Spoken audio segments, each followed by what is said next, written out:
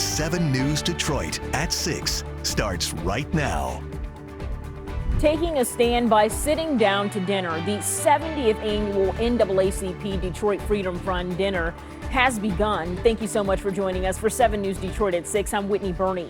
Thousands of people are at Huntington Place in downtown Detroit for what organizers call the largest sit-down dinner of its kind in the world. It is the organization's largest fundraising event. 7 News Detroit reporter Tiara Braddock is live for us from Huntington Place as the dinner has started. Tiara, this is a big night not only for the NAACP but also for the city of Detroit. Yeah, that's right, Whitney. Many city and state leaders are here, including Mayor Mike Duggan and Lieutenant Governor Garland Gilchrist. Now, as you said before, it's the 70th annual NAACP Freedom Front Dinner, and this year's theme is Power is Within the People. Branch President Wendell Anthony says this year's event comes at a crucial time as equity programs are being dismantled, along with cuts to food and health care programs. The keynote speaker this year is Maryland Governor and possible 2028 President candidate Wes Moore. Past speakers at the dinner have included President Joe Biden, President Barack Obama, and former Vice President Kamala Harris, plus so many more. Earlier, I spoke with Michigan's Lieutenant Governor Garland Gilchrist about what this dinner means to him. Hear what else he had to say. I mean, so this has always been just a place for people to come and be inspired, to hear from the most impactful leaders in our city and in the country and in the world. And so it just means a lot. And to be here as Lieutenant Governor, representing the state of Michigan. And as you mentioned before, Whitney, there are thousands of people inside, and we want to show you a little bit more of the dinner and the speakers. So make sure you stay tuned for that at 11 on Channel 7. Whitney. All right, Tiara, thank you so much for that live report.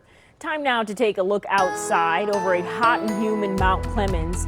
It really feels like summer across Metro Detroit out there today. Hallie, will we keep that summer-like feel as we head into our work week? Even more so as we head into tomorrow. So our dew points are heading up for Monday. That's going to help fuel some storms as we get into the afternoon tomorrow. Of course, we had a beautiful dry day today. We're at 86 degrees in Detroit right now. Also in Ann Arbor and Pontiac is sharing that with Howell as well. So these temperatures are pretty seasonable, up just a couple of degrees from what we average for highs. But up from yesterday, we're about 5 to 10 degrees milder than yesterday. So we're in pretty good shape to get that summer feel, certainly. And you look across state, Grand Rapids at 88 degrees, 87 in Traverse City. The reason for it, we have the stretched out warm front, still dry with that warm front, but the cold front is what's going to come through tomorrow. And you can see the severe weather, the slight risk, Green Bay back into Wisconsin. We are also going to be in a risk for some stronger storms for your Monday, but the evening looks nice. I hope you enjoy it. Temperatures down into the 70s overnight. We'll talk about more humidity and the chance for storms coming up. All right, Hallie, thank you. Well, a Pontiac father is facing child abuse charges tonight after his 9-year-old son was beaten and choked. The charges stem from an incident at their home on South Edith Street near Auburn on Thursday. Oakland County Sheriff's deputies say Cedric Moore beat his son with a belt and a broom handle, choking him until he passed out because he fell asleep on the couch. When Moore left, the boy ran to a neighbor for help. There was a 1-year-old in the home at the time, and investigators found cigarette burns on his back and legs. Both children are being taken care of tonight, while Moore remains in the Oakland County Jail on a $100,000 bond. The Republican-controlled Senate narrowly advanced President Donald Trump's sweeping tax cut and spending bill during a marathon late-night vote. The yeas are 51, the nays are 49. The motion is agreed to. Voting dragged on for more than 3 hours as holdout senators huddled for negotiations and took private meetings. The bill passed, but 2 Republicans joined Democrats to oppose the bill. Some lawmakers worry about plans to reduce spending on Medicaid, food stamps, and other programs as a way to help cover the cost of extending some $3.8 trillion in tax breaks. A Senate vote on the big, beautiful bill is expected sometime in the coming days. We will, of course, continue to keep you posted. And those Medicaid cuts in the president's spending bill would leave more than 700,000 Michiganders without health insurance. That's according to a recent report by the Michigan Department of Health and Human Services. It says 30% of the 2.6 million Michiganders who currently rely on Medicaid would lose access to affordable health care. Rural areas would take the hardest hit, where more than 30% rely on Medicaid. A memo from the state budget office says cuts would threaten nearly 1 million Michiganders' health care and food access. 13% of households in our state are food insecure, and nearly 15% rely on SNAP to afford food. Turning now to the latest from the Middle East, President Trump insists Iran's nuclear program sustained major damage, but there are conflicting intelligence reports following last Saturday's strikes against 3 Iranian nuclear facilities. ABC's Marcus Moore has the latest from Tel Aviv. Just over a week ago, U.S. B-2 bombers dropped more than a dozen bunker-busting bombs on several nuclear sites in Iran. President Trump saying Iran's nuclear program was, quote, obliterated, telling Fox News, "The last thing they're going to be doing right now, for a period of time at least, is nuclear. They've had it." A preliminary intelligence assessment indicated Iran moved at least some of its near-weapons-grade uranium before the strike. The president insisting that didn't happen. They moved themselves. They were all trying to live. They didn't move anything. Democrats from both the House and Senate emerged from classified briefings on the strikes, skeptical of the administration's assessment. What was clear is that there was no coherent strategy, no end game, no plan, no detailed plan on how Iran does not attain a nuclear weapon. GOP Senator Lindsey Graham says it's too early to tell if Iran has given up its nuclear ambitions following the U.S. strikes. But the question for the world, does the regime still desire to make a nuclear weapon? The answer is yes. Do they still desire to destroy Israel and come after us? The answer is yes. Until that changes, we've got to keep we're in trouble. House Minority Leader Hakeem Jeffries agrees Iran is a sworn enemy of the United States and cannot be allowed to become a nuclear power, but says a lot of questions remain unanswered. Why did they not seek the congressional authorization required by the Constitution for this type of preemptive strike? Why did they abandon the aggressive diplomacy that was successful under the Obama administration? And what is their plan to stop us from getting into another failed Middle Eastern war? Marcus Moore, ABC News, Tel Aviv. A Detroit Piston is facing a federal investigation over an allegation of illegal gambling. ESPN reports the U.S. District Attorney's Office says they believe Malik Beasley gambled in NBA games, which is strictly prohibited. The guard is coming off of a strong season with the team and is currently a free agent. We reached out to the Detroit Pistons. They tell us they are aware there is an investigation underway, but have no other information at this time. And just in the last hour, Beasley's lawyer sent us this statement. It reads, quote, "At this point, there is an investigation that in some manner involves Malik Beasley. He has not been charged or indicted," and goes on to ask people to reserve judgment. Well, instead of paying a fuel tax at the pump, would you be willing to pay a price for every mile that you drive? That's one way the state of Michigan could fund road projects in the future. Some say it may be the way to go, with EV drivers not paying a gas tax but still using Michigan roads. 7 News Detroit reporter Carly Petrus looking into a study that could pave the way for a change in funding. It's a plan that would no longer be focused on paying taxes at the pump, but instead paying a few cents for every mile you drive. The more you drive, the more you pay. That's the basis for a new system the state's studying, called a road usage charge, or pay per mile. This is a viable option for, a substitute of the gas tax. Road usage charging business lead Nate Breyer speaking in Lansing this week to try to give the plan some momentum. Why should Michigan pursue a plan like this? I think Michigan and any other state that's interested in making sure there's long-term sustainability of the funding model that goes in to pay for roads and bridges and maintenance. The plan already adopted in other states. Breyer says if Michigan begins using it, it could eventually replace the gas tax as a way to help fund our road.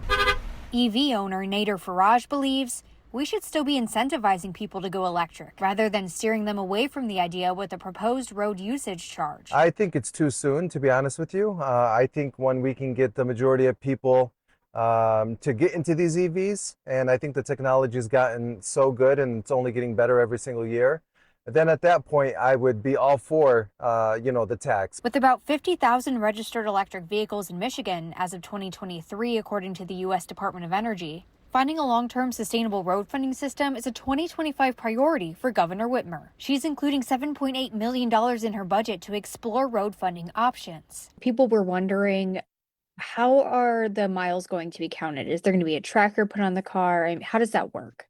States have tried 4 or 5 different methods, from something very low tech, which is just collecting your odometer, through a manual means. And then on the very other end, you have a high-tech solution that's very involved, and it does track the vehicle. For years now, the state has been discussing a road usage charge. Breyer says running a pilot program is the first step to making this happen. In the budget is approved, and the money for the pilot is set aside for it. So some ifs there, but if that is the case, it is a good idea that they probably would want to start first of the year in 2026. In Novi, Carly Petrus, 7 News Detroit.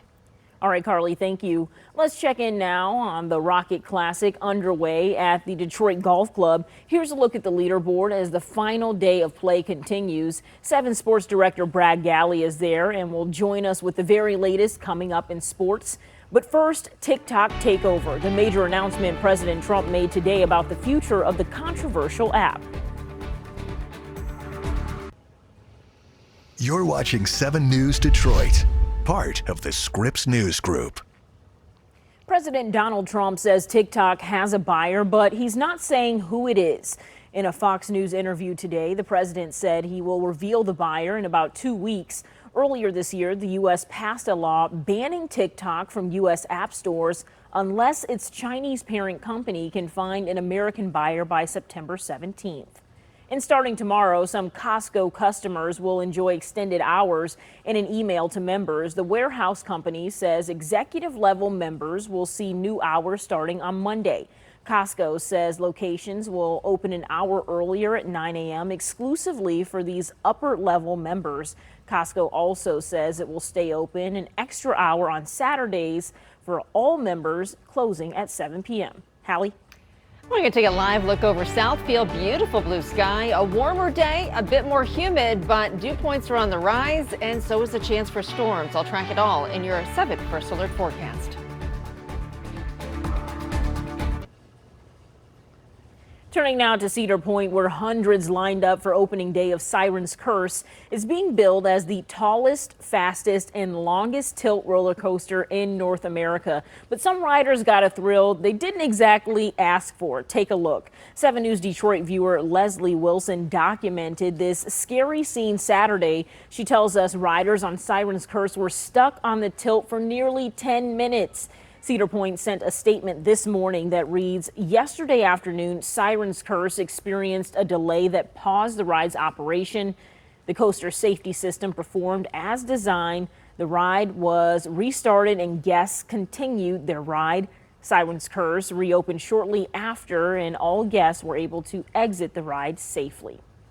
Let's jump outside now for a live look over the Detroit River. It's another hot day in Metro Detroit, but take a look at those beautiful blue skies. The river always looks beautiful, but clouds could be rolling in as we look ahead to our work week and, of course, the 4th of July. Hey, Hallie. Hey, and yes, you're going to have to be careful if you have plans to be out on the water tomorrow. So we're looking at the opportunity for some storms to start the week. Now, if there are any severe storms, we're in a marginal risk, which is on a scale up to 5. It's a 1. It's a low end, but from about 2 to 10 p.m. is a time frame we're going to be watching tomorrow. Nice stretch of weather this week, though. Temperatures pretty seasonable in the 80s. Pretty typical summer pattern means can't rule out an isolated shower or storm on any given day, especially as we get later in the week toward Thursday and Friday. Temperatures today topped off 86 at Metro Airport, made it to 86 in Pontiac, and 87 was a high Ypsilanti. So temperatures were warmer than yesterday by 3 degrees. 83 is where we ended up yesterday on that average, but 86 today. 66 are low. We were actually cooler this morning than yesterday morning. 63 is an average, and 96 is a record. That was back in 1933. Here's where we are right now. We're at 86 degrees in Detroit. Feels like 89, so just a little bit more humid than yesterday. Feels like 88. You see that smaller number there. That's the heat index in Ann Arbor. 86 is a temperature, and also 86 degrees currently in Pontiac. So we're at our daytime highs in many locations. Dew points are in the mid to even upper 60s, and we say once we start getting into the 60s, you're feeling it Tomorrow's going to be even more humid, so that's going to help try to fuel some of these storms. You notice how it's going up into the low 70s. That's going to be a little tough at times into the afternoon tomorrow, but tomorrow's high temperatures, we're not seeing as many 90s. We're seeing more of those 80s through the plains, the upper Midwest, the Great Lakes as this cold front comes through. And you can see that marginal risk, the cutoff about Detroit, Ann Arbor down toward the state line. The timing, as I mentioned, watch anytime after noon, but the bigger threat will be between 2 and 10 p.m. if these storms do develop. Damaging wind gusts, torrential or flooding downpours, the two threats we're watching with those storms. Once it clears, it's going to be up until about 10, 11 o'clock, and then behind it, it's pretty quiet, and we have several really quiet days following too. Temperatures tonight comfortable in the mid to upper 60s, low 70s, but again, it's going to be that humidity, the dew points creeping up, more humid with those afternoon storms and spots tomorrow. Temperatures in the low to mid 80s will stay in the mid 80s for the most part, and it does look dry Tuesday through Thursday. We'll be watching the 4th and then maybe some storms by the weekend. We're back after the break.